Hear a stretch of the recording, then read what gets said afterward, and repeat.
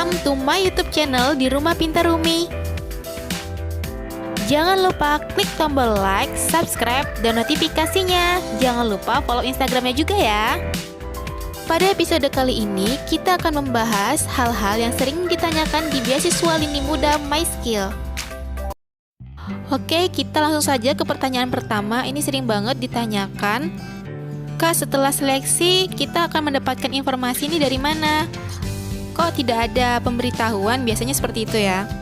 Terus juga ada pertanyaan, apakah kita harus membeli paket video dulu agar bisa mendapatkan informasinya? Nah, di sini saya akan menjelaskan. Jadi kita itu tidak perlu membeli paket pelatihan video ya. Jadi ketika kita setelah selesai melakukan pendaftaran beasiswa, semua informasi beasiswa itu akan diumumkan melalui email kita. Nah, kita tinggal cek aja secara berkala email kita masing-masing. Selanjutnya pertanyaan kedua, Kak, kenapa saya tidak mendapatkan informasi apapun melalui email? Oke, di beasiswa Lini Muda ini, penyelenggara beasiswa itu hanya melihat data melalui form yang disubmit. Jika terjadi kesalahan penulisan email pada saat mendaftar sehingga tidak menerima informasi apapun, hal tersebut di luar tanggung jawab dari penyelenggara ya. Next, pertanyaan ketiga, berapa tahap yang harus dilalui dalam proses seleksi beasiswa Lini Muda? Terus juga ada pertanyaan, bagaimana proses wawancaranya? Proses seleksi beasiswa Lini Muda sendiri ini ada 8 tahap hingga pengumuman penerimaan beasiswa. Jadi yang pertama kita melakukan pendaftaran beasiswa yang seperti sudah dilakukan kemarin ya. Selanjutnya kita diseleksi untuk melanjutkan tahap tes potensi akademik tahap 1. Jadi ini ada yang lolos sama nggak lolos di seleksi penerimaan berkas.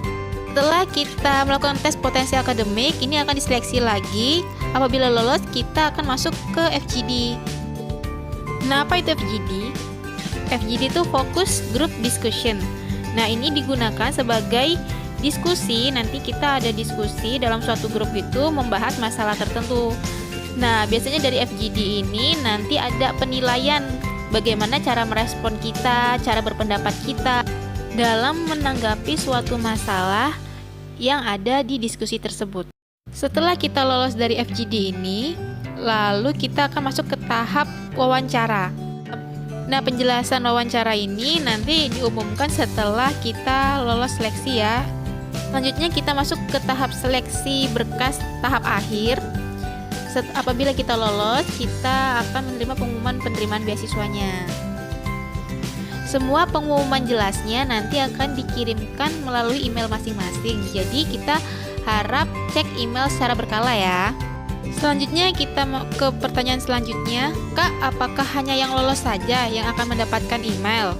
Jadi di sini semua pendaftar bagi yang lolos ataupun tidak lolos itu akan mendapatkan email. Maka silakan cek email secara berkala ya di inbox dan spamnya.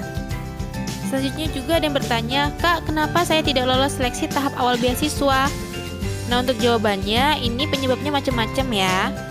Bisa karena berkas kita tidak lengkap, atau berkas kita tidak memenuhi syarat dan ketentuan beasiswa. Nah, ini banyak ya faktornya. Selanjutnya, Kak, sampai kapan nih proses seleksi akan berlangsung?